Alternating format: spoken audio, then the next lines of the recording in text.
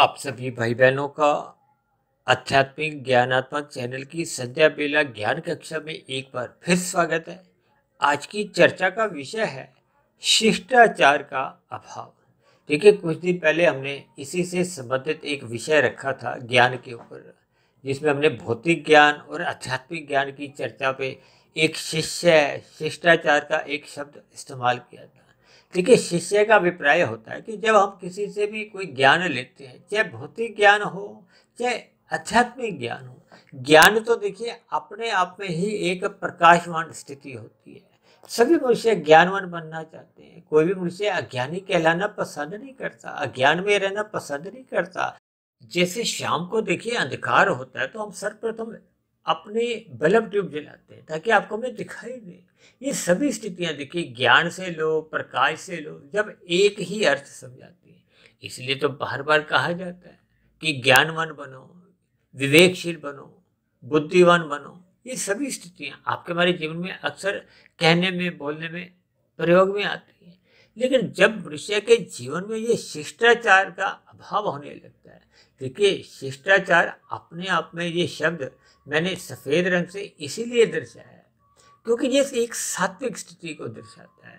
सभी मनुष्य देखिए दूसरों से तो शिष्टाचार अपेक्षित रखते हैं, लेकिन अपने स्वयं के व्यवहार में जो दूसरे मनुष्य भी तो आपसे एक शिष्टाचार की एक स्थितियां एक अपेक्षित रखते हैं। कहते हैं ना, जैसे हम चाहते हैं कि हम सुखी रहें, ऐसे दूसरा मनुष्य भी चाहता है कि वो भी सुखी रहे। जैसे हम दूसरों से देखिए आदर भाव चाहते हैं, हमारी भावनाओं को ठेस नहीं पहुंचे, हम दूसरों से एक ऐसा ही शिष्टाचार अपेक्षित रखते हैं। ठीक इसी तरह दूसरे मनुष्य भी आपसे, हमारा जो एक व्यवहार है, जो आपका हमारा एक स्वभाव है, जो आपकी हमारी एक दिनचर्या है, उसमें भी वो एक शिष्टाचार एक अपेक्षित रखते हैं। अक्सर देखिए आपने समाज में कुछ ऐसे शब्द सुने होंगे ना, कृपया मेरा ये काम कर दीजिए। कोई आपका हमारा कब कोई काम कर देता है तो हम उसको धन्यवाद देते हैं, थैंक्स कहते हैं, थैंक यू कहते हैं, प्लीज तो हम बार बार कहते रहते हैं। और कभी कभी तो हम देखिए कोई भीड़ भड़के वाले स्थान पे अपना स्थान बनाने के लिए हम कहते हुए निकलते हैं ना, एक्सक्यूज मी, क्षमा करें। ये सभी स्थितियां कभी हम देखिए डीटीसी की बस में हो या मेट्रो का रेल सफ़र कर रहे हो या रेलगाड़ी में हो, तो ये सभी स्थितियां आपके हमारे व्यवहार में, जीवन में कभी ना कभी देखिए बढ़ती हैं। इन सभी में देखिए एक शिष्टाचार का एक विशेष महत्व होता है। तब ऐसी स्थिति विशेष में देखिए समाज में एक भाईचारा बना रहता है। शिष्टाचार का मुख्य रूप से देखिए अभिप्राय आपके हमारे व्यवहार से है, जो दूसरों के प्रति होता है। अक्सर हम बार बार कहते रहते हैं कि हमें अपने व्यवहार में देखिए छोटों को प्यार देना चाहिए और अपने से बड़ों को एक आदर देना चाहिए। और मैं तो बार बार यहाँ तक भी कहता हूँ कि सादा जीवन, उच्च विचार होने से ही आपके हमारे जीवन में ये शिष्टाचार की नींव एक मजबूत स्थिति में बन पाती है।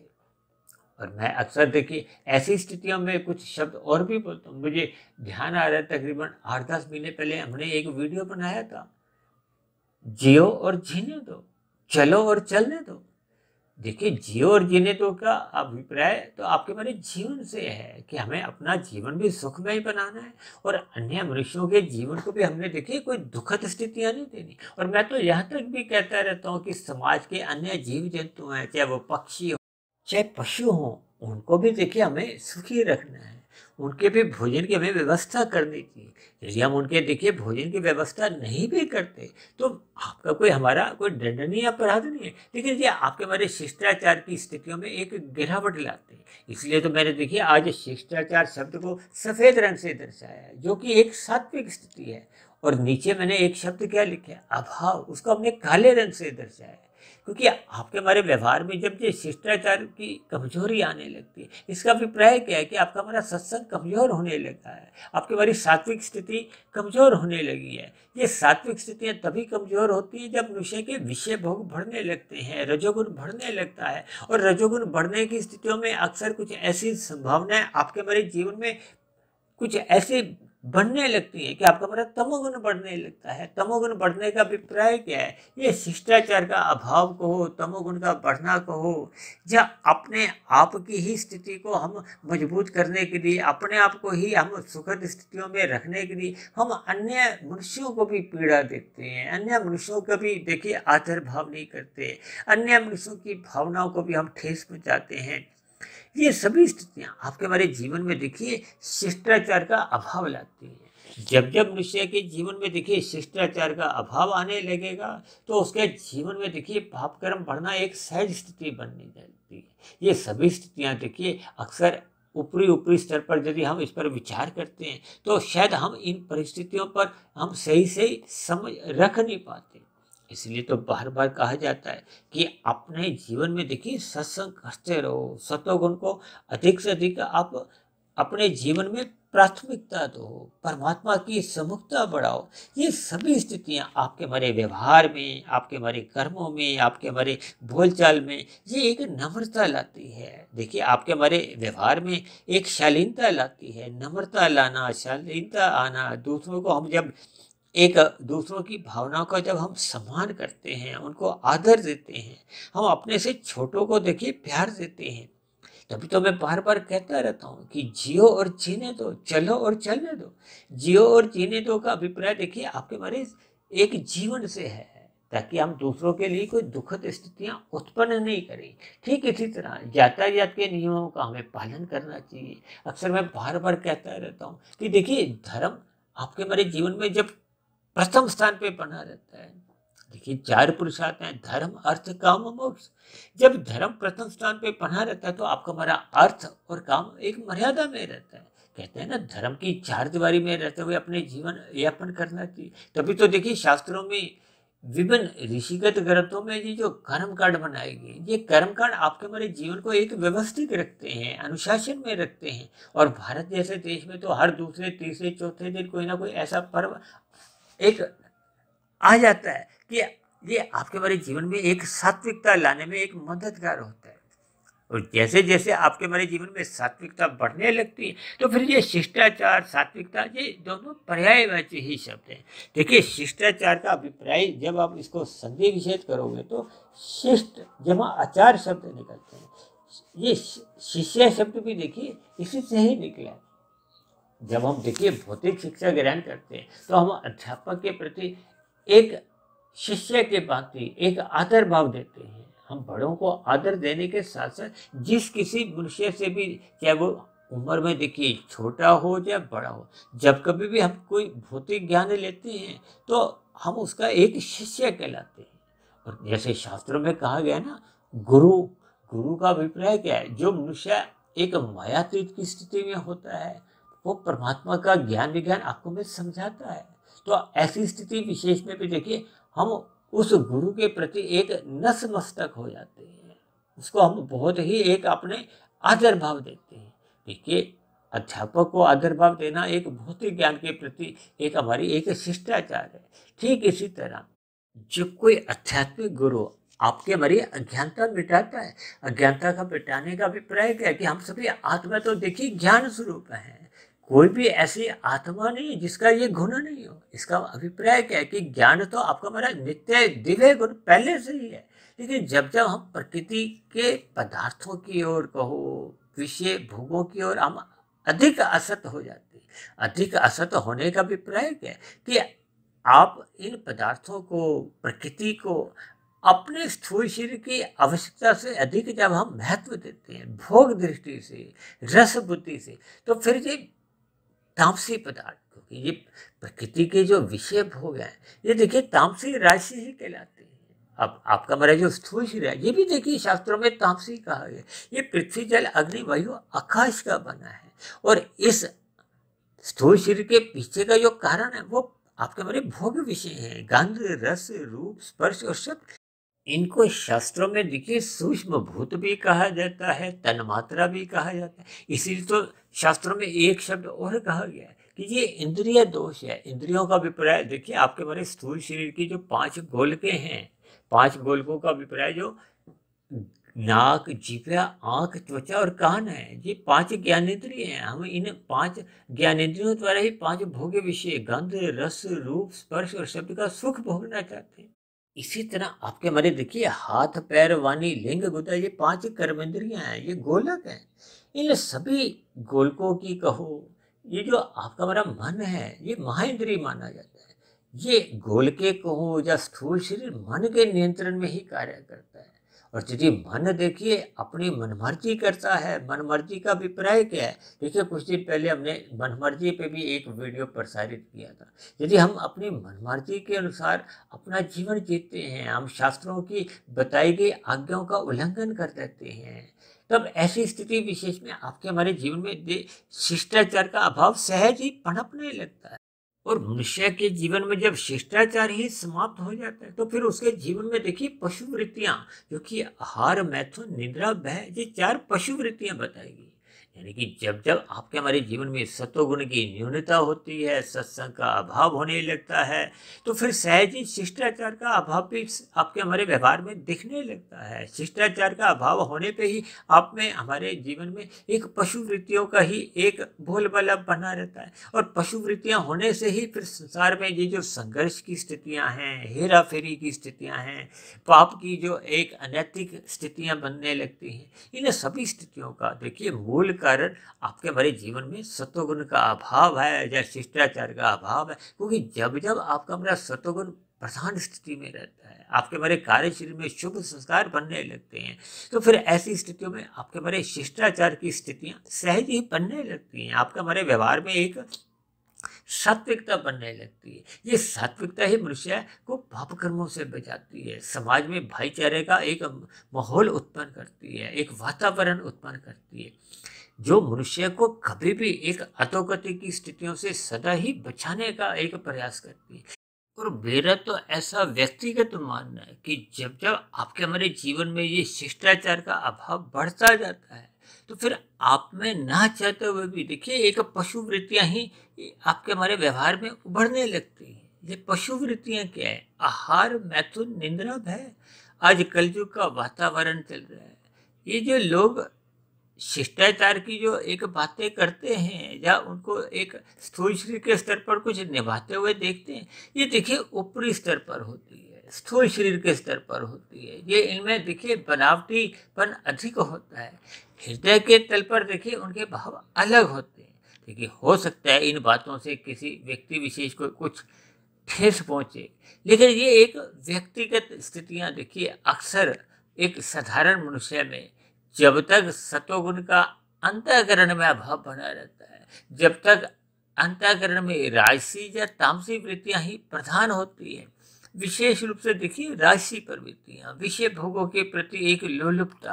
आज मनुष्य देखिए 24 घंटे 7 दिन विषय भोगों को अधिक से अधिक भोग प्राप्त करना चाहता है। इसी के लिए ही वो अधिक से अधिक पुरुषार्थ करता है। जब अधिक से अधिक पुरुषार्थ करना ही उसके जीवन का एक लक्ष्य बन जाता है, वो लक्ष्य फिर उसको देखिए एक स्थूल शरीर के स्तर पर विभिन्न प्रकार के अनैतिक कार्य करने को एक विवश कर देता है।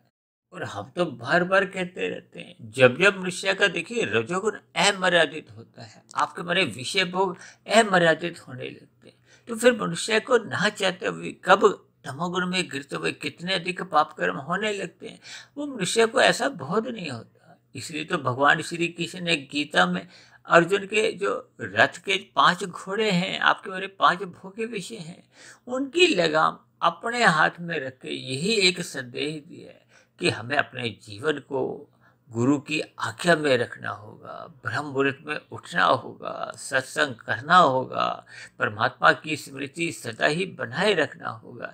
ये सभी स्थितियाँ जब आपके हमारे जीवन में एक स्वभाव में बढ़ जाती हैं या कार्य शरीर में एक शुभ संस्कार बना देती हैं, तो फिर मन बुद्धि के स्तर पर भी एक अच्छे अच्छे विचार आते हैं। वो अच्छे अच्छे विचार मन के स्तर पर जब आते हैं, तो फिर वो शिष्टाचार की जो एक नींव है वो मजबूत करते हैं। यदि शिष्टाचार के देखिए जो स्थितियां हैं वो स्थूल शरीर के स्तर पर कभी कभार बन जाती हैं, तो फिर वो आपके हमारे जीवन में कोई एक सकारात्मक परिवर्तन ला नहीं पाते। हालांकि देखिए स्थूल शरीर पर शिष्टाचार लाना एक अपने आप में अच्छी स्थिति है, लेकिन जब तक हम मन के स्तर पर अपना स्वभाव नहीं बनाते, कारण शरीर में एक शुभ संस्कार नहीं जगाते, तो फिर ये सभी शिष्टाचार की जो एक बातें हैं, आपके हमारे स्वभाव में एक सात्विक स्थिति मजबूत ला नहीं पाते। आज मनुष्यों का देखिए, मांसाहार भोजन के प्रति एक विशेष रुचि एक जागृत हो गई है। लोगों का एक खाना पीना बिगड़ गया है। तब ऐसी स्थिति में मनुष्य मांसाहार भोजन का सेवन करते हुए अपना पाप कर्मों का कर्माशय बढ़ाते हैं। शास्त्रों में भी ऐसे पाप कर्मों की एक निंदा की गई है। ये एक निषिद्ध कर्म है। इसलिए इन सभी स्थितियों से मनुष्य को अपने जीवन में बचना होगा। सभी को हमें देखिए एक सम्मान देना होता है, एक दया के भाव रखने होते हैं, अपने व्यवहार में एक शालीनता लानी होती है, क्षमा के भाव भी रखने होते हैं। ये सभी स्थितियाँ देखिए आपके हमारे व्यवहार का एक हिस्सा बनने पे ही आपकी हमारी जो सात्विक स्थिति है वो मजबूत बनती है। सात्विक स्थिति मजबूत होने से ही आपका हमारा जो एक विषय भोग है, रजोगुण है, वो एक मर्यादा में रहता है। जब जब रजोगुण में हम मर्यादा एक कायम कर लेते हैं, तो फिर आपका हमारा तमोगुण में गिरने की परिस्थितियाँ नहीं बनती, क्योंकि रजोगुण ही मनुष्य को तमोगुण की गलियों में गिराने का काम करता है। इन सभी स्थितियों पर हमें विचार करना होगा। अपने व्यवहार में एक शिष्टाचार की जो एक स्थिति है, जिनमें दिन प्रतिदिन देखिए अभाव देखने को मिलता जा रहा है, इस अभाव को हमें दूर करना होगा। और इस शिष्टाचार की स्थिति को मजबूत करने के लिए हमें सतोगुण का अधिक से अधिक संग करना होगा। अपने जीवन में निरंतर सात्विक स्थिति मजबूत करनी होगी। अपने दिनचर्या में एक सात्विक स्थिति मजबूत करने के लिए हमें सर्वप्रथम रात को जल्दी सोना होगा, क्योंकि रात को देखिए मोहनात्मक स्थितियां होती हैं। तमोगुण की प्रधानता होने के कारण विषय भोगों की जो एक वासनाएं होती हैं, वो आपसे हमसे एक अनैतिक कार्य करवाती हैं, जो मनुष्य के देखिए एक शिष्टाचार की स्थितियों में गिरावट लाती है। मनुष्य का फिर ब्रह्म मुहूर्त में उठना संभव नहीं हो पाता।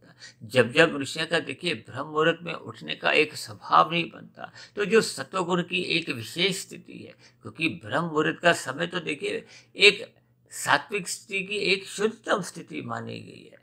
उस स्थिति विशेष का मनुष्य जितना अधिक संग करता है, उतने उसके अंतःकरण में एक सात्विक स्थिति मजबूत होने लगती है। आपके हमारे व्यवहार में शालीनता भी आने लगती है, नम्रता भी आने लगती है, दया भाव के भाव सहज ही उमड़ने लगते हैं। तब ऐसी स्थिति में मनुष्य का आहार भी बिगड़ता नहीं है, उसका व्यवहार भी बिगड़ता नहीं है, और समाज में सहज ही फिर देखिए सुख शांति का एक वातावरण बनने लगता है। क्योंकि जब सतोगुण प्रधान स्थिति में होता है, तो फिर रजोगुण एक अमर्यादित नहीं हो पाता, और अमर्यादित रजोगुण ही फिर जो एक तामसी स्थितियां उत्पन्न कर रहा था, वो तामसी स्थितियां या अनैतिक स्थितियां वो सहज ही उत्पन्न होनी समाप्त हो जाती है।